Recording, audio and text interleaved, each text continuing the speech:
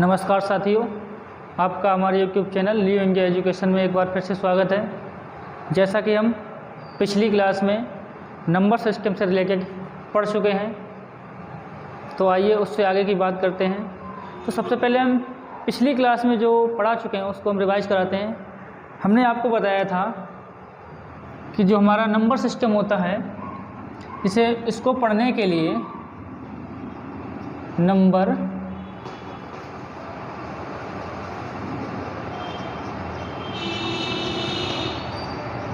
Number system को समझने के लिए हमारे पास बहुत सी पद्धतियाँ थीं। एक तो हमारे पास थी दशमलव पद्धति। इसमें हमने आपको बताया था अंकों का प्रयोग होता है 0 से लेकर 9 तक।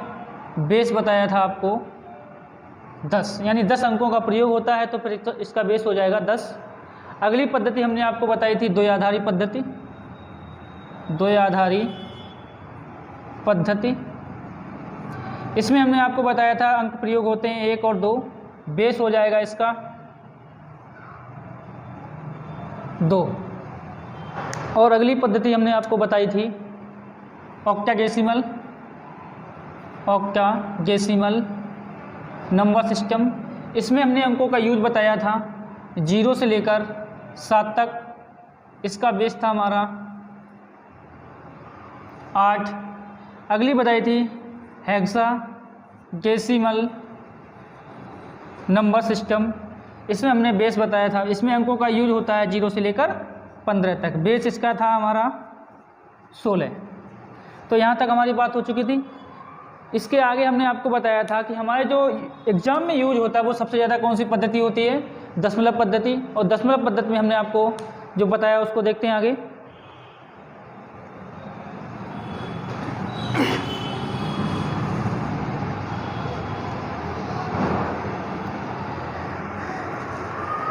दशमलव पद्धति में हम बात कर चुके थे कि हमारे अंकों का प्रयोग होता है 1 से लेकर 9 तक। इनसे हमें प्राप्त होते हैं अंक और संख्याएं। अंकों से मिलकर बनती हैं संख्याएं। कल आपको हमने केवल वर्गीकरण पढ़ाया था, आज इनसे रिलेटेड हम बात करेंगे कि इसमें क्या क्या क्वेश्चन पूछे जाते हैं, किस किस टाइप के हमारे क्वेश्चन आते हैं। तो जो अंकों से रिलेटेड हमारा क्वेश्चन होता है वो ये पूछा जाता है, समझिए, पूछा जाता है हमारा जैसे 1 से लेकर 10 तक गिनती में प्रयुक्त कुल अंकों की संख्या।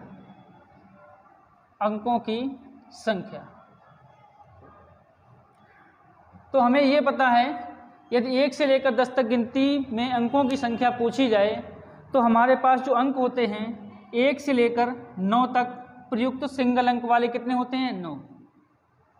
अब आते हैं 2 अंक वाली बात करते हैं। 2 अंक वाली संख्या कौन सी है, केवल 10। तो टोटल अंक कितने हो जाएंगे, 11। तो इसी प्रकार आपसे क्वेश्चन पूछे जाते हैं 1 से लेकर अगर आपको 100 तक पूछा जाए कि 100 तक संख्याओं में प्रयुक्त कुल अंक कितने होंगे। तो आइए इससे रिलेटेड पूछे गए क्वेश्चन को हम देखते हैं।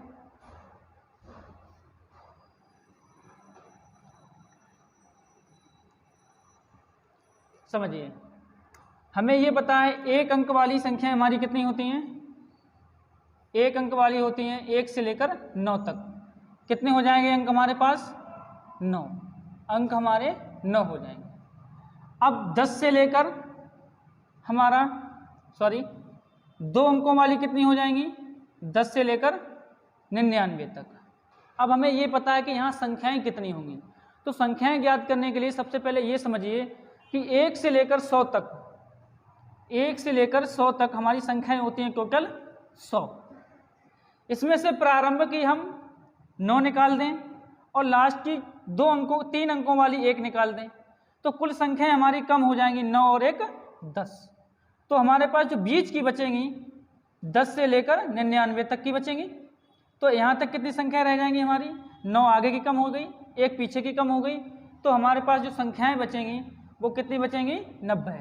तो 10 से लेकर 99 तक कितनी हो जाएंगी, 90। अब आइए बात करते हैं 3 अंक वाली। तो 3 अंक वाली केवल संख्या कितनी है? 100। इसमें अंक कितने हो जाएंगे? 3। अब यहाँ अंकों की बात करते हैं तो यहाँ 9 अंक, 9 संख्याएं 9 अंक हो जाएंगे। यहाँ 2 अंक वाली है, कितना हो जाएगा? 9 दूना 18, 180। 3 अंक वाली 1 है तो कितना हो जाएगा? 3। इनको जोड़ेंगे हमारा बनेगा 192।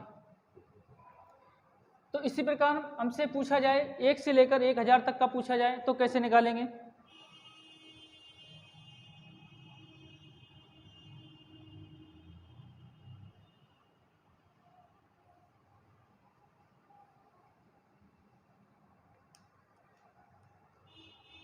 एक से लेकर 1000 तक का, तो 1 से लेकर 1000 तक का हमें निकालना है। तो 1 अंक वाली हमारी संख्याएं कितनी होती हैं? 9।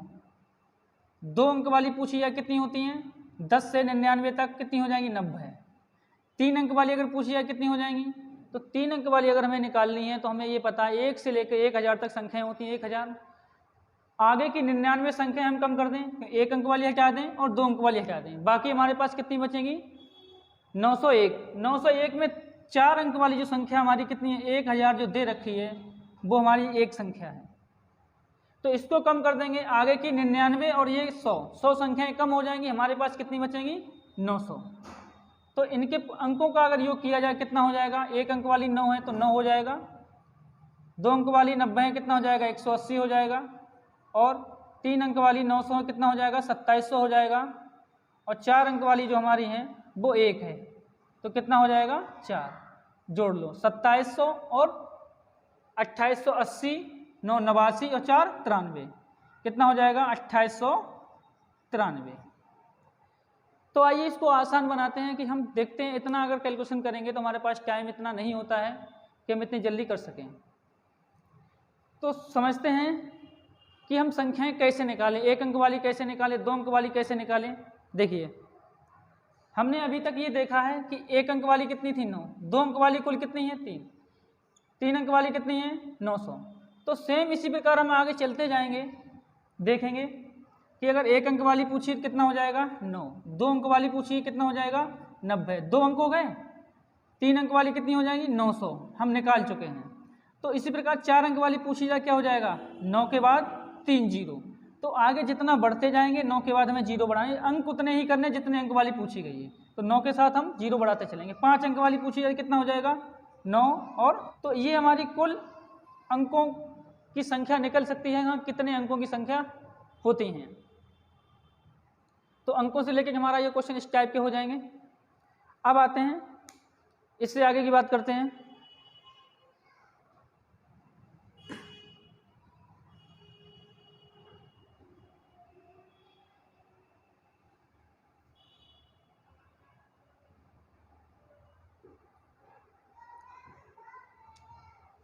अब आइए बात करते हैं, हमने आप पढ़ा था जो हमने समिश्र संख्याओं का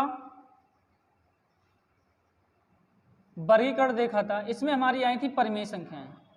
इसमें जो परिमेय संख्या थी, परिमेय संख्याओं में क्वेश्चन पूछा जाता हमारा कि दो परिमेय संख्याओं के मध्य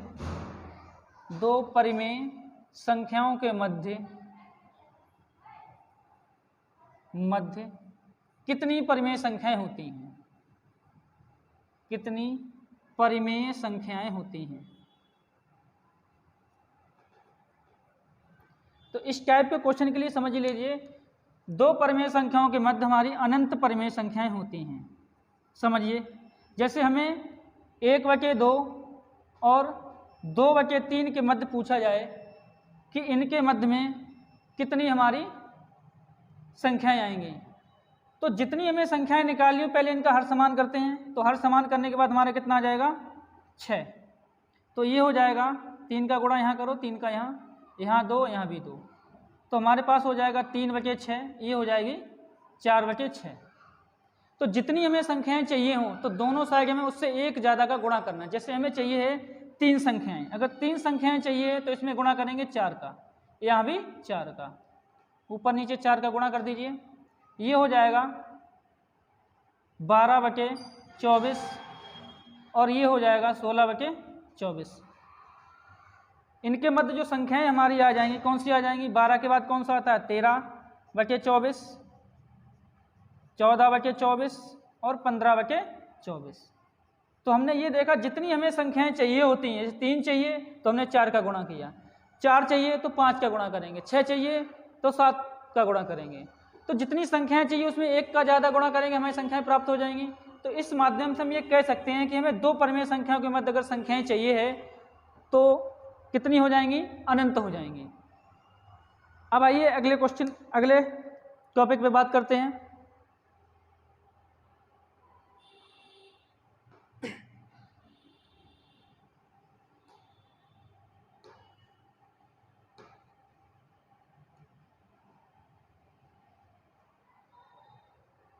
देखिए क्वेश्चन ये पूछा जाता है कि 2 परिमेय संख्याओं का योग क्या होगा? परिमेय संख्या प्लस परिमेय संख्या अगर ये जोड़ी जाए तो हमारी क्या हो जाएगी? परिमेय संख्या ही प्राप्त होगी। ठीक, अब क्वेश्चन में ये आता है कि अगर परिमेय संख्या है, अपरिमेय संख्या और इसका गुणा भी अपरिमेय संख्या से हो, बहुत पूछा जाता है, तो क्या आएगा? तो यहाँ पर संभावना हमारी परिमेय की रहती है और अपरिमेय की भी रहती है। समझिए, आइए इससे आगे टॉपिक पे लेकर चलते हैं। हम पहुंच चुके थे सम विषम भाज्य, अब आते हैं, आज बात करते हैं भाज्य और अभाज्य की। सबसे ज़्यादा कन्फ्यूजन होता है कि भाज्य और अभाज्य क्या होता है। अगर भाज्य की बात की जाए तो जिन संख्याओं के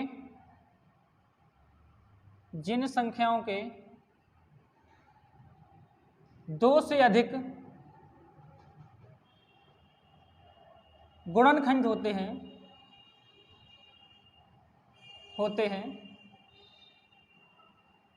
उन्हें भाज्य कहते हैं।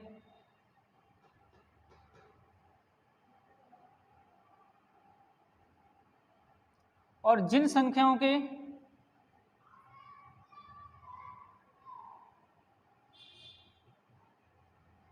केवल 2 ही गुणनखंड होते हैं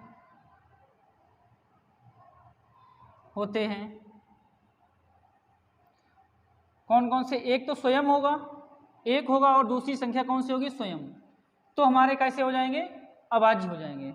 आइए इस पे बात करते हैं। जैसे हमने संख्याएं ली 1 2 3 4 5 6 7 8 9 और 10, 9 तक ले लीजिए। अब यहाँ समझते हैं कौन सी संख्या हमारी भाज्य है, कौन सी अभाज्य है। अगर 1 की बात की जाए तो 1 में हमारे पास केवल 1 गुणनखंड होता है। 2 की बात की जाए तो हमारे पास 1 और 2 गुणनखंड होते हैं। 3 की बात की जाए तो हमारे पास 1 और 3 गुणनखंड होते हैं। 4 की जाए तो 1 2 4, 5 की जाए तो 1 और 5 होता है। यदि 6 की जाए तो 1 2 3 और 6 होता है। 7 की जाए तो 1 7, 8 का हो जाएगा 1 2 4 और 8, और 9 की बात की जाए तो हमारे पास क्या हो जाएगा? 1 3 और 9। अब भाज्य की अगर बात की जाए तो सबसे पहले आते हैं 1 पे। 1 के पास हमारा गुणनखंड कितना है? 1। और 1 गुणनखंड के लिए हमारी ना तो ये कंडीशन फॉलो हो रही ना ये, क्योंकि इसमें कहा गया 2 से अधिक गुणनखंड, बट यहाँ पे हमारे पास कितना है? केवल 1 ही गुणनखंड है। सेम इसी प्रकार अभाज्य में देखते हैं। अभाज्य में क्या बोला गया? केवल 2। कौन कौन से? 1 हो और स्वयं वही संख्या हो। तो हमारे पास ये क्या है? केवल 1 ही गुणनखंड है। तो ये ना तो भाज्य की कंडीशन फॉलो करता है ना ही अभाज्य की। तो हमारी ये संख्या कौन सी हो जाएगी? ना तो भाज्य और ना ही अभाज्य। ठीक, अब बात करते हैं 2 की। जो 2 है इसके पास हमारे पास कितना है? केवल 1 और 2 गुणनखंड के। 2 गुणनखंड केवल किसके होते हैं? अभाज्य में, क्योंकि इसमें कहा गया 1 हो और स्वयं वही संख्या है। यहाँ 1 भी है और स्वयं वही संख्या भी है। तो ये कंडीशन हमारी कौन सी हो जाएगी? अभाज्य की। तो अभी तक आगे जितनी भी हम संख्याएं पढ़ेंगे अभाज्य में, तो अभाज्य की जितनी भी संख्याएं हमारी होंगी वो सब कैसी होंगी? या तो विषम होंगी, कोई भी संख्या हमारी सम नहीं होगी। 2 ही हमारी एक ऐसी संख्या है जो हमारी सम है और अभाज्य है। अब बात करते हैं 3 की। तो 3 की यदि बात की जाए तो ये कैसी हमारी? अभाज्य है, क्योंकि हमारे पास कितने हैं? 2 ही गुणनखंड हैं। 4 की जाए बात तो ये कौन सी हमारी? ये देखो 1 2 3 गुणनखंड हो गए। जब 3 गुणनखंड हो गए, 2 से अधिक हो गए ये, जब 2 से अधिक होगा तो ये कैसी हो जाएगी हमारी संख्या? भाज्य हो जाएगी। तो अभी तक हमने जितना पढ़ा वहाँ हमें ये पता है कि 1 ना तो हमारी भाज्य ना ही अभाज्य है। 2 की बात की जाए, 2 हमारी कैसी है? सबसे छोटी अभाज्य संख्या और सम संख्या भी है। सबसे छोटी अभाज्य संख्या और सम संख्या दोनों 2 है। इसके बाद 3 की बात करते हैं। 3 हमारी कैसी है? अभाज्य तो है, लेकिन इससे पहले भी हमें अभाज्य मिली है, लेकिन वो कैसी थी? ये सम थी, लेकिन ये कैसी है? विषम है। तो 3 हमारी कैसी है? विषम अभाज्य संख्या। सबसे छोटी विषम अभाज्य संख्या क्या हो जाएगी? 3।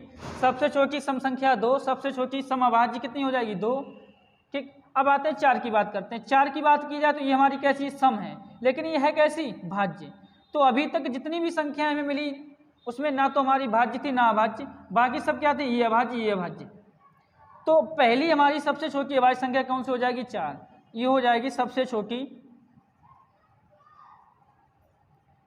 भाज्य संख्या 4। सेम इसी प्रकार हम आते हैं 5। 5 हमारी कैसी है? अभाज्य होगी। 6 हमारी कैसी है? भाज्य है। ऐसी 7 हमारी कैसी है? अभाज्य है। और 8 भी हमारी कैसी है? भाज्य है। और 9 हमारी जो है वो कैसी है? भाज्य है। तो 9 की अगर बात की जाए, अभी तक जितनी भी हमें विषम संख्याएं मिली 1 से लेकर 9 तक जितनी भी हमें संख्याएं मिली वो कैसी थी? पहली हमारी विषम संख्या ये हमारी ना तो भाज्य थी ना तो अभाज्य। दूसरी हमारी विषम संख्या ये कैसी थी? अभाज्य। तीसरी विषम संख्या ये भी अभाज्य थी। चौथी विषम संख्या ये भी भाज्य थी। और ये जो संख्या हमारी विषम है ये कैसी आ गई? हमारी भाज्य आ गई। तो हम ये कह सकते हैं 9 हमारी कैसी है? सबसे छोटी विषम भाज्य। विषम भाज्य की बात आए तो सबसे छोटी विषम भाज्य कौन सी हो जाएगी? हमारी 9। आइए अब इससे आगे की बात करते हैं।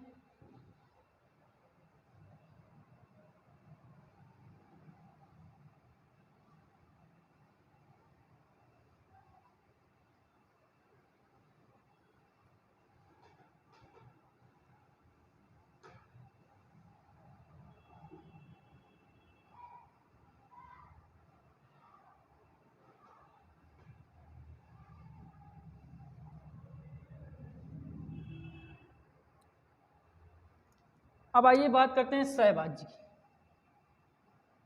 सहअभाज्य, और इसी को बोला जाता है को प्राइम नंबर।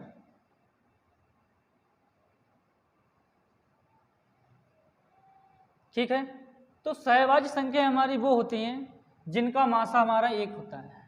जिन संख्याओं का मासा 1 होता है उन्हें सहभाज्य संख्याएं कहते हैं।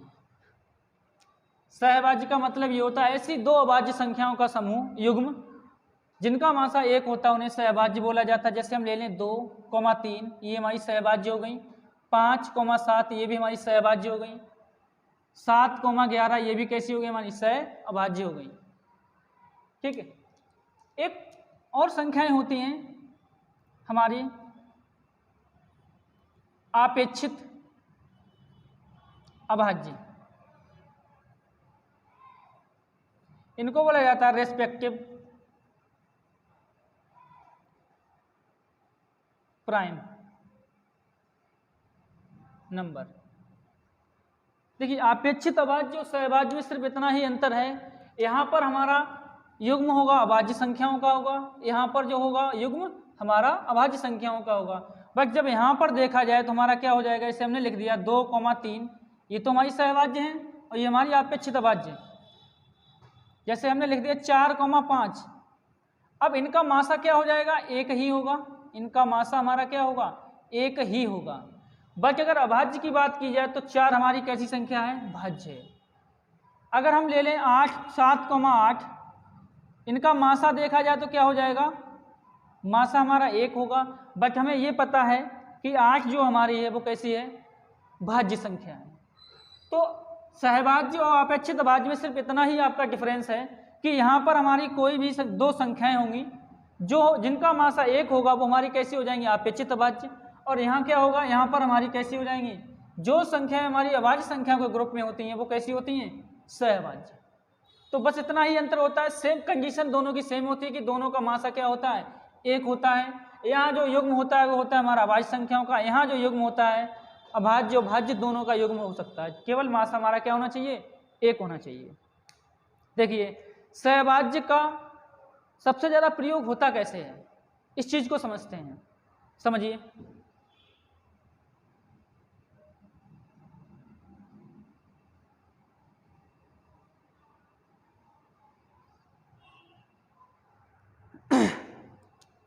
जैसे मैंने बोला आपसे कोई संख्या 4,6 से विभाजित है तो क्या आवश्यक है कि वह संख्या इनके गुणनफल से भी विभाजित होगी? गुणनफल से भी विभाजित होगी।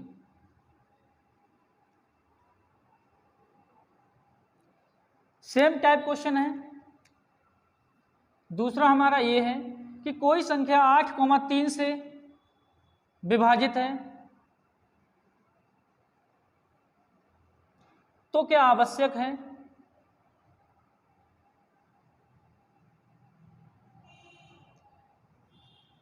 कि वह संख्या इनके गुणनफल से भी विभाजित होगी?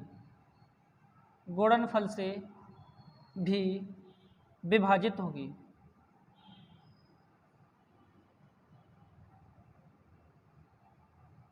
देखिए सबसे पहले बात करते हैं 4 और 6 से विभाजित होने वाली संख्या। जो 4 और 6 से विभाजित संख्या हमारी होती है 12, क्योंकि 12 में 4 का भी भाग जाएगा तब भी हमारी विभाजित हो जाएगी, और 12 में अगर 6 का भाग जाएगा तब भी हमारी विभाजित हो जाएगी।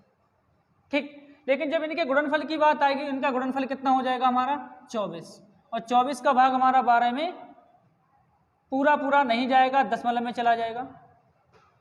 अब आते हैं इस क्वेश्चन की बात करते हैं। 8 और 3 से जो संख्या विभाजित है वो कौन सी हमारी? ये भी हमारी कितनी है? 24।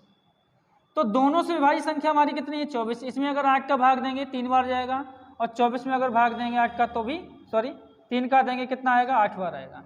और इनका गुणनफल दोनों का कितना है? अगर दोनों का गुणनफल भी कितना है? 24, और 24 में अगर संख्या से विभाजित किया जाए तो कितना आएगा? 1। तो ये यहाँ अगर इस टाइप में देखा जाए तो हमने यहाँ पर ये देखा कि 24 संख्या हमारी एक ऐसी आई जो 8 से विभाजित है, 3 से भी, तो इनके गुणनफल से भी विभाजित है। बाकी यहाँ हमने ये देखा कि इनकी संख्याओं से जो विभाजित संख्या ये 12 है वो 4 से विभाजित है, 6 से विभाजित है, लेकिन इनके गुणनफल से विभाजित नहीं है। तो ऐसी क्या दिक्कत है कि क्वेश्चन हमारे सेम है लेकिन कंडीशन हमारी अलग अलग फॉलो कर रही है। तो जब इस टाइप का क्वेश्चन हमारा बनता है तो हमें ये देखना होता है कि ये जो संख्याएं हैं 4,6 ये हमारी सहअभाज्य संख्याएं नहीं हैं, क्योंकि इनका जो मासा होता है वो कितना होता है हमारा?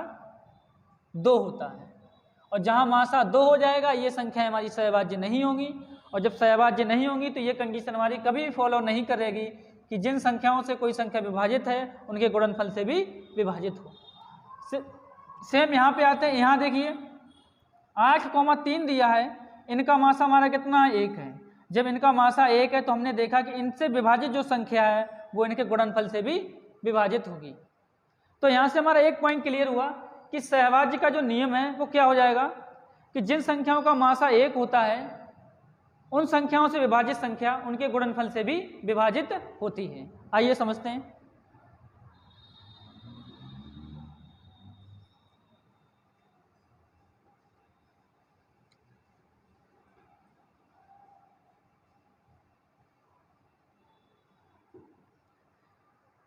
समझिए क्या नियम बनेगा हमारा कि सहअभाज्य संख्याओं से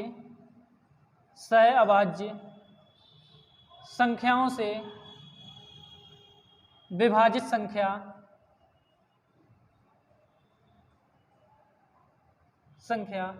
उनके गुणनफल से भी विभाजित होती है।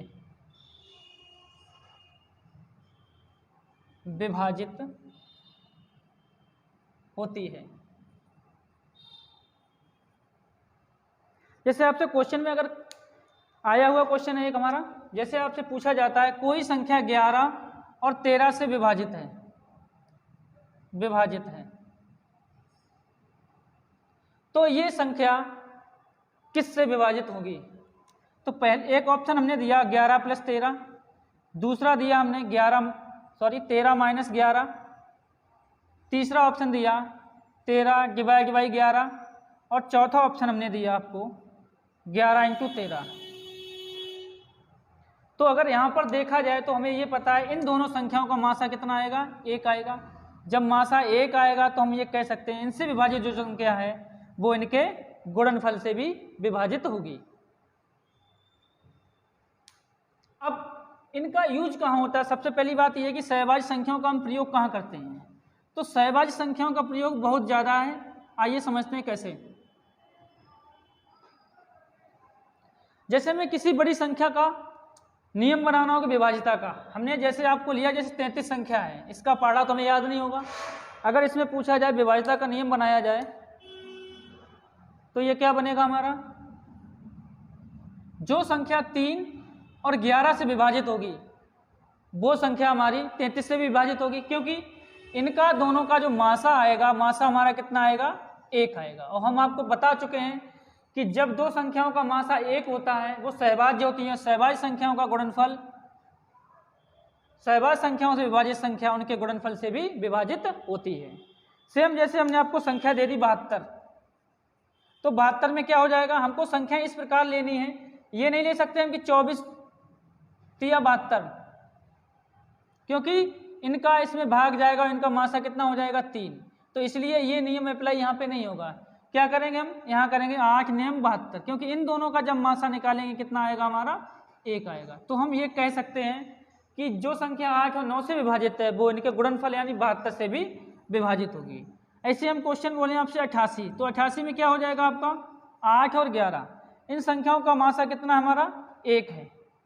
मासा जब 1 है तो इनसे विभाजित संख्या इनके गुणनफल से भी विभाजित हो जाएगी। तो सहभाज्य संख्याओं का प्रयोग समझ गए आप लोग।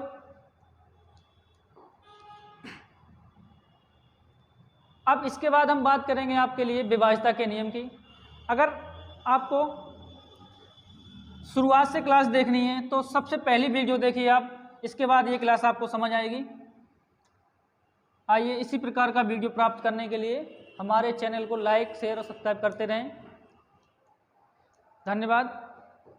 आगे की बात शेष अगली वीडियो में करेंगे, जिसमें आपको हम बताएंगे विभाज्यता के नियम क्या क्या होते हैं, किस प्रकार की संख्या हमारी किससे विभाजित होंगी।